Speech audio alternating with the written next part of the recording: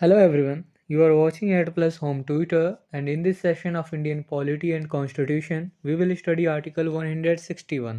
तो शुरू करते हैं बिना किसी देरी के। जैसा कि आपको भी पता है, भारतीय संविधान यानी इंडियन कॉन्स्टिट्यूशन को आर्टिकल्स में बांटा गया है और इन्हीं आर्टिकल्स को 22 पार्ट्स के अंतर्गत रखा गया है। इसी 22 पार्ट्स में से 6th पार्ट में द स्टेट्स के बारे में बताया गया है, जिसके अंतर्गत आर्टिकल 152 से लेकर आर्टिकल 237 तक के सारे आर्टिकल्स आते हैं। यहाँ हम बस आर्टिकल 161 पर चर्चा करेंगे।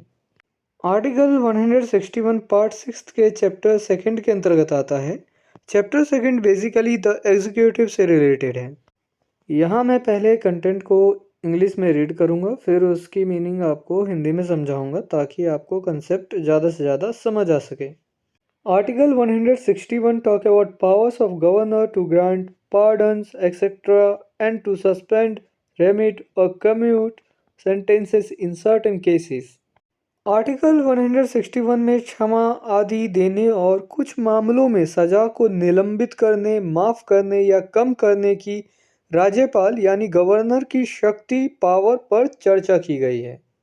देखिए, अगर स्टेट का गवर्नर चाहे तो किसी सज़ा को कम कर सकता है या निलंबित कर सकता है या फिर क्षमा भी कर सकता है। यह गवर्नर के पास पावर होता है।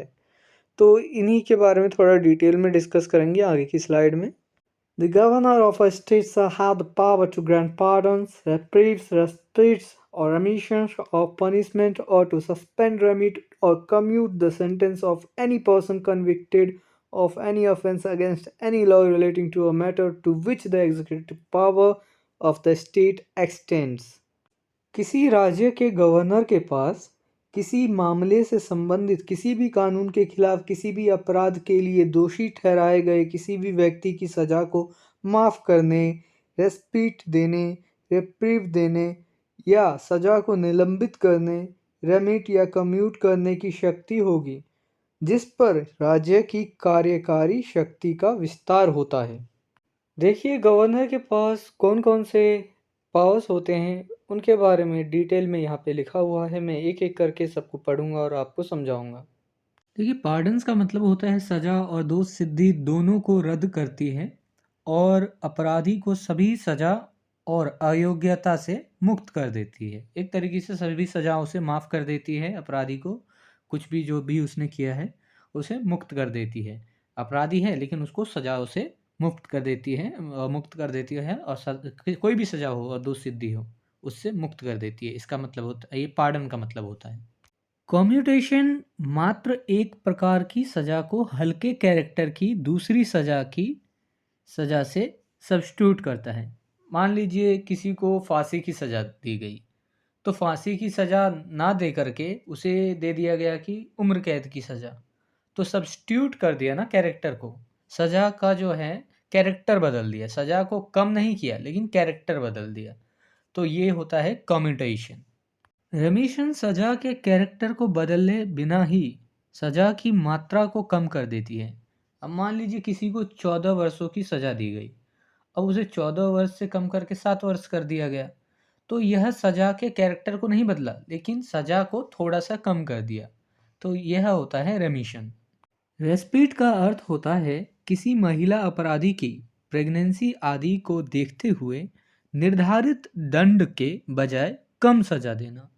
मतलब यह पर्टिकुलरली प्रेगनेंसी के दौरान, महिला के प्रेगनेंसी के दौरान ऐसा किया जाता है जब निर्धारित दंड जो भी उसे दिया गया है तो सिचुएशन को देखते हुए उसकी सज़ा को कम कर दिया जाता है और किसी भी तरीके से किया जा सकता है। अब देखिए, कैरेक्टर भी बदल दिया जा सकता है या फिर सज़ा को कम कर दे, किसी भी तरीके से सज़ा को कम कर दिया जाता है।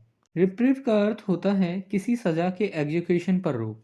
मतलब सज़ा जैसे कोर्ट में कार्यवाही चल रही है तो उसी पर रोक लगा देना, कार्यवाही ही पूरी ना हो देना। अगर कोर्ट में सज़ा सुनाने वाले हैं उस सज़ा पर ही रोक लगा देना, तो ये होता है रिप्रीव। उदाहरण के लिए जैसे पार्डन्स या कम्यूटेशन के लिए प्रोसीडिंग्स जो चल रही होती हैं यानी कार्यवाही जो चल रही होती हैं उनको पेंडिंग करना, तो यह होता है रिप्रीव। तो रिप्रीव और रिस्पीट में यही अर्थ है रेप्रिम में कार्रवाई के दौरान सजा जब नहीं दी गई है उसके दौरान ही प्रोसीडिंग को ही पेंडिंग कर दिया जाना है। रेस्पिट में क्या होता है कि सजा दे दी गई, सजा देने के बाद कुछ बदलाव करना, तो यही अंतर है इसमें। तो उम्मीद है आपको ये पांचों पॉइंट समझ में आए होंगे। यही गवर्नर के पास पावर्स हैं कि वह ऐसा ऐसा कर सकता है, इनका उपयोग कर सकता है। If this video is helpful for you, then please like and share this video, and if you want see some more these type of videos, then subscribe the channel and click the bell icon and select the all option for upcoming videos. And I hope you have a great experience by watching the Ad Plus Home Tutor.